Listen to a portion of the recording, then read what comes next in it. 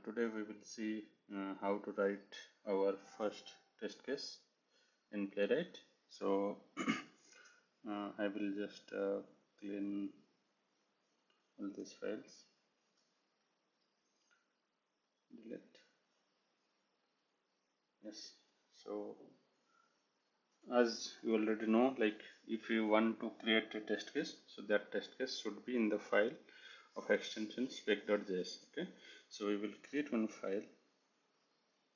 We will say suppose browser test dot spec.js. Okay, so basically this is the module. Okay, this is the module name which is present inside the Playwright.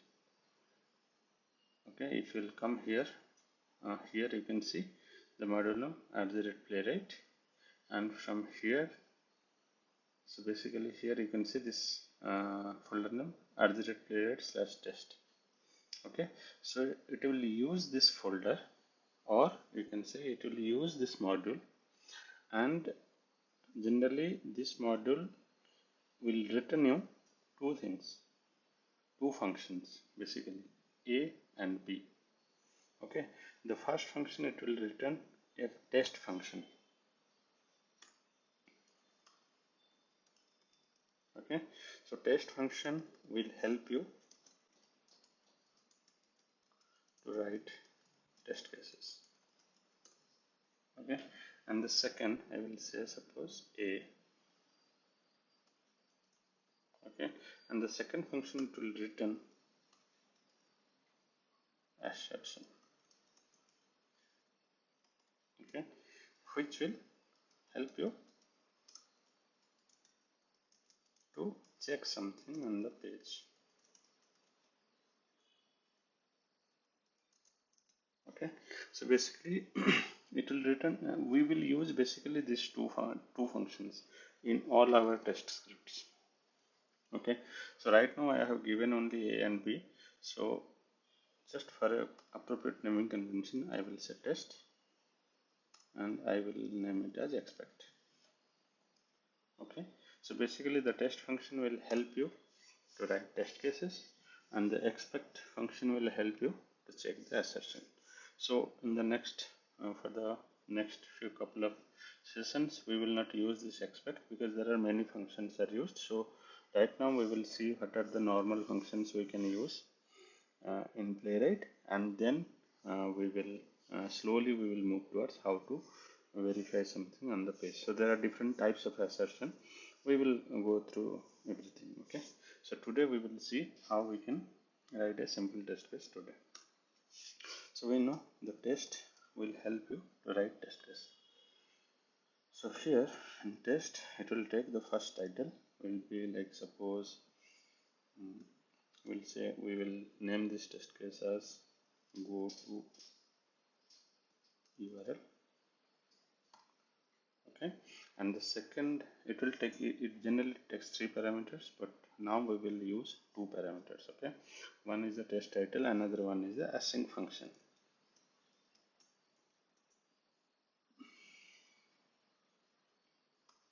Async function, then you use the arrow and square bracket. Okay, this is our test case. So basically whatever the async function, so basically it is up to you whether you are going to use a normal function or a async function. Okay, so async function is basically async keyword we generally use for those functions we are asynchronous in nature. Okay, so in Playwright most of the functions we are going to use, those are asynchronous in nature. We will read this asynchronous when we will start our JavaScript. Okay, so you just remember to use this async keyword before a function. Okay, and this function we will take one parameter. Okay, this parameter we call it as test fixture. Okay, so test fixture, what is this test fixture? Test fixture is nothing but which is fixed. The fixture is nothing but which is fixed basically. So Playwright will give you 4 to 5 parameters. some keywords. Using those keywords, you can use different functions in the playwright. So for the time being, I am using page. You can use browser context. You can use some I will say like context only. So there are 4 to 5 attributes which you can use here. Okay, so we will, in most of the things, you will see we are using only page. Okay, what is this page? I will tell you. Suppose you are present in this page, in this browser. Okay, and there are different tabs. So you can say this page, this is a page, this is a page, this is a page. Okay, so you can say page is nothing but a new tab actually. Okay, so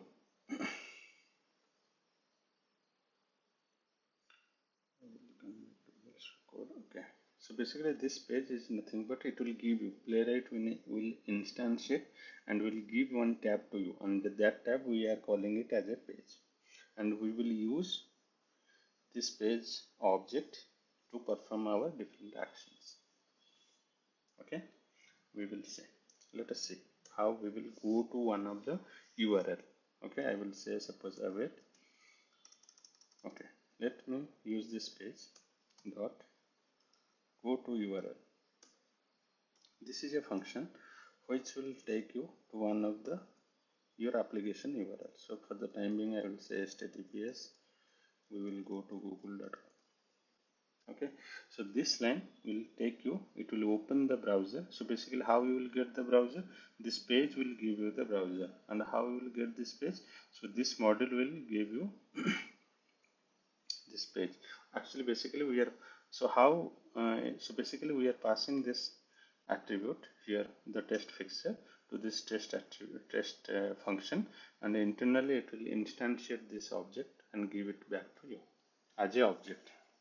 Okay, and once you get this object you can use this variable to perform different actions on the browser. Okay, so basically in page, if you are going to, if you are using this page variable, so all the functions generally are asynchronous in nature. As you will see, we have used one async keyword in the function argument, and here also before also you have to use the keyword. Okay, so basically we will read it more when we will most probably we will soon start our JavaScript.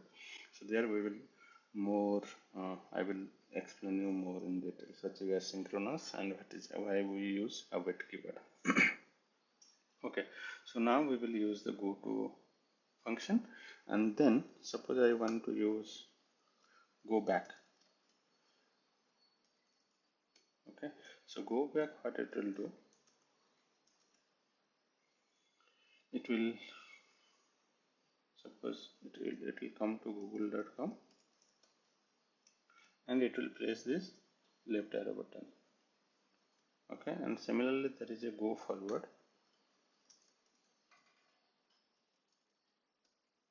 What it will do, it will click on this right arrow button. Okay, and if you want to refresh the page,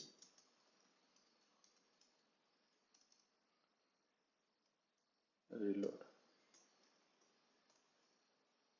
Okay, so what it will do, it will click on this button. Okay, these are the different functions which we will generally do in this browser. We will first come to this page, and then we'll click on this left arrow button, and then we will go forward, and then we will reload the page. Okay, okay, let me run this test. First let us run and then we'll start debugging. I just click the run.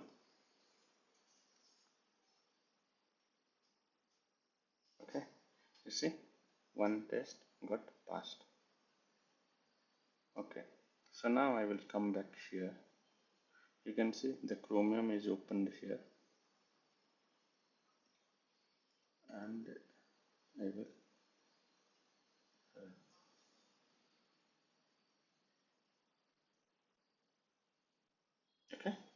So the test case got passed basically, but you cannot see it visually, right? So basically all the test cases were executed in hidden headless mode. Okay, so for that, if I want, let us go to the config file, and we will drag it something.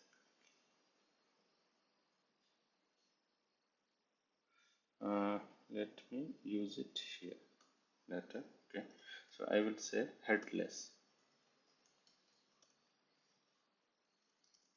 Okay, I just added this property headless equal to false.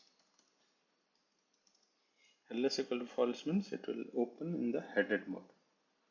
Let me run this now.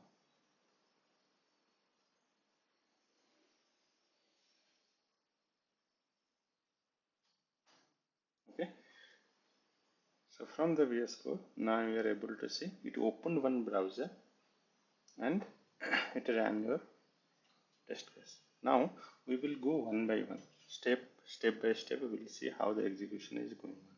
So what I will do, I will right click and I will debug.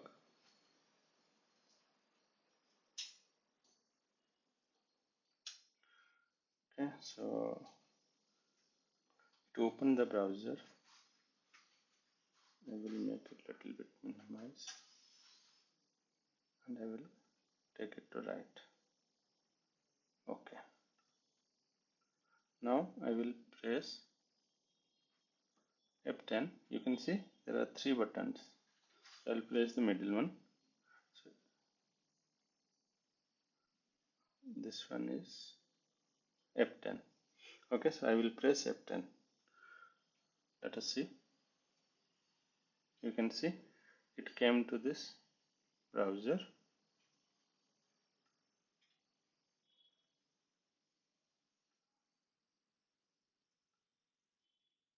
Okay, now it came to this Google, and then I will press F10. You can see it went back, and then I will press this button. You can see now it came to this Google page. Now it will refresh the page. Okay, now it will refresh the page and I will press continue. So basically the test case is passed. Okay, if I want to run it again, run test.cursor, it will open the browser, then go back and refresh. Okay, so this is how we can create a test case and use it using the page object. Okay, so these are the different functions which helped us to go to one of the URL, then go back, go forward and reload. Okay, that's all. Thank you.